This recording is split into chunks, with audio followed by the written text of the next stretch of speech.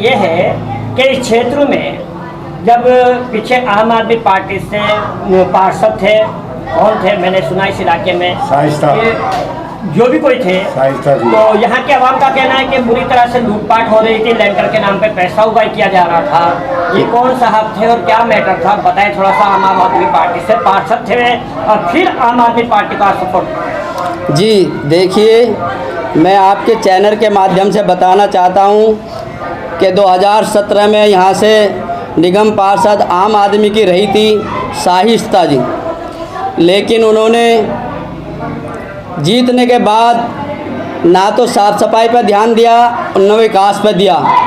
उनके ससुर चौधरी बल्लू ने कहाँ ध्यान दिया, सिर्फ और सिर्फ ध्यान दिया उन्होंने लेंटर कहाँ पड़ रहा है, वहाँ से कितनी आमदनी आनी चाहिए।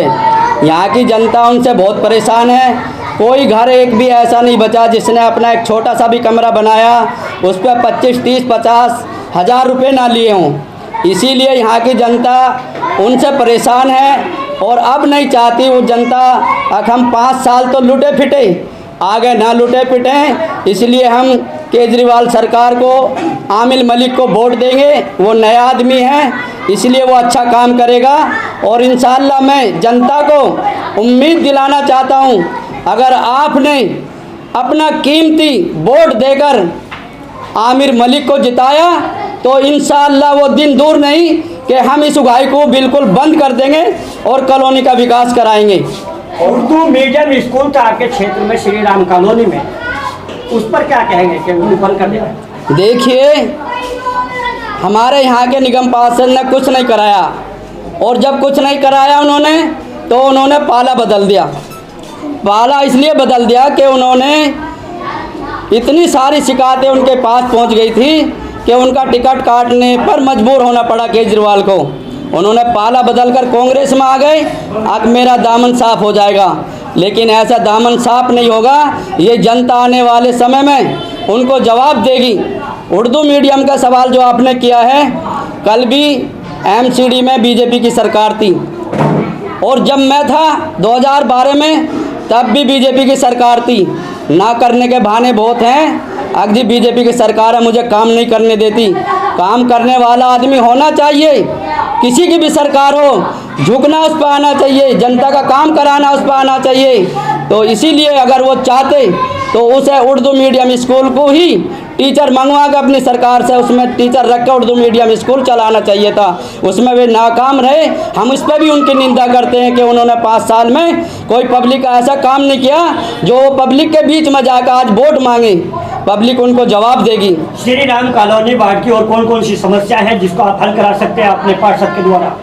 देखिए, श्री राम कॉलोनी के अंदर बहुत सारी समस्याएं अल्लाह ने 2012 में हमारे माध्यम से पूरी कराई हैं और बहुत सारी समस्याएं अभी भी हैं। इंशाअल्लाह हमने वादा किया जनता के बीच में और दुर्गेश पाठक से भी हमने आश्वासन लिया है, अगर आपका कैंडिडेट जीते हारे वो तो नसीब का खेल है, लेकिन आपको हमारे क्षेत्र में एक तो बच्चों का स्कूल 12वीं का देना पड़ेगा, जिसके लिए हमने पहले भी प्रयास किए थे, और एक हमारे यहाँ लाइब्रेरी नहीं है बच्चों के लिए।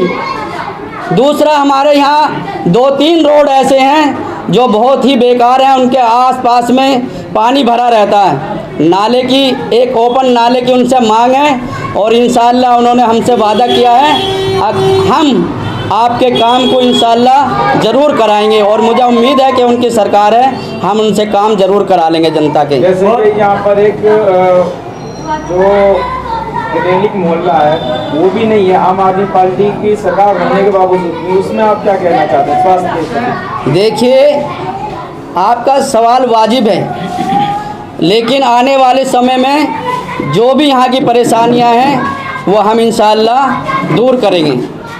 Thank you.